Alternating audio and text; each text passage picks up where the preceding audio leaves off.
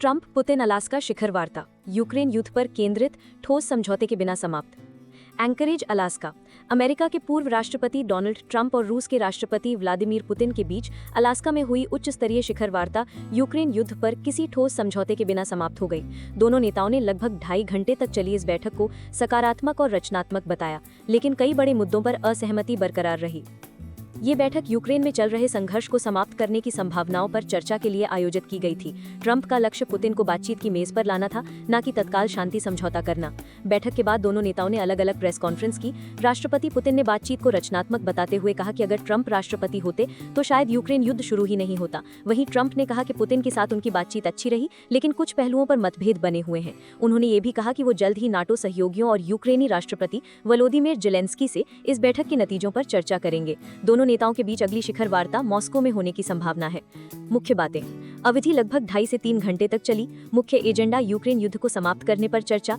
नतीजा युद्ध विराम पर कोई सहमति नहीं बन पाई, हालांकि ट्रंप ने कहा कि कुछ प्रगति हुई है। Press conference. दोनों नेताओं ने बैठक के बाद अलग अलग मीडिया को संबोधित किया। भविष्य की वार्ता। अगली बैठक मॉस्को में हो सकती है।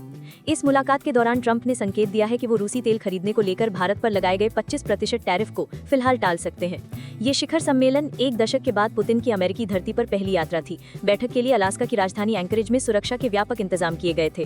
ट्रंप पुतिन बैठक। अमेरिकी राष्ट्रपति डोनाल्ड ट्रंप और रूसी राष्ट्रपति व्लादिमीर पुतिन के बीच अलास्का में 3 घंटे की बैठक हुई है। हालांकि इसमें कोई डील नहीं हुई है। दोनों ने 12 मिनट प्रेस कॉन्फ्रेंस करके अपने विचार रखे। यूक्रेन के राष्ट्रपति ज़ेलेंस्की 18 अगस्त को अमेरिका जाएंगे। रूस यूक्रेन युद्ध। ट्रंप ने कहा है कि रूस से तेल खरीदने वाले देशों पर प्रतिबंध नहीं लगेंगे। एबीपी न्यूज के अनुसार ट्रंप पर भारत पर टैरिफ लगाने से पुतिन के आरोप लग रहे हैं, जिससे वे अपने ही देश में आलोचना का शिकार हो रहे हैं। बीबीसी के अनुसार ट्रंप पुतिन बैठक में कोई समझौता नहीं हुआ, लेकिन भारत के लिए कुछ संकेत मिले हैं।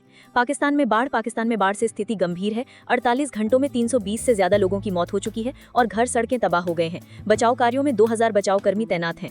खाड़ी देश। यमन के हुतियों ने इजरायल पर ड्रोन हमला किया है, जिसमें 4 शहरों को निशाना बनाने का दावा किया गया है। वहीं इजरायल ने इन दावों का जवाब दिया है। ईरान ने इजरायल के लिए जासूसी के आरोप में 21 दिनों में 21,000 लोगों को गिरफ्तार किया है।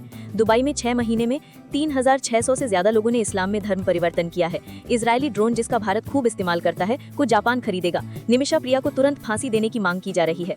सऊदी अरब का उदय हो रहा है। इजरायली हमले में अल जजीरा के 5 पत्रकारों की मौत हो गई है। तुर्की में 6.1 तीव्रता के भूकंप ने तबाही मचाई है, जिसमें कई इमारतें और 2 मस्जिदों की मीनारें गिर गई हैं और 1 व्यक्ति की मौत हुई है। ये जानकारी 16 अगस्त 2025 की है। कृपया ध्यान दें कि खबरें और घटनाएं तेजी से बदल सकती हैं। धन्यवाद।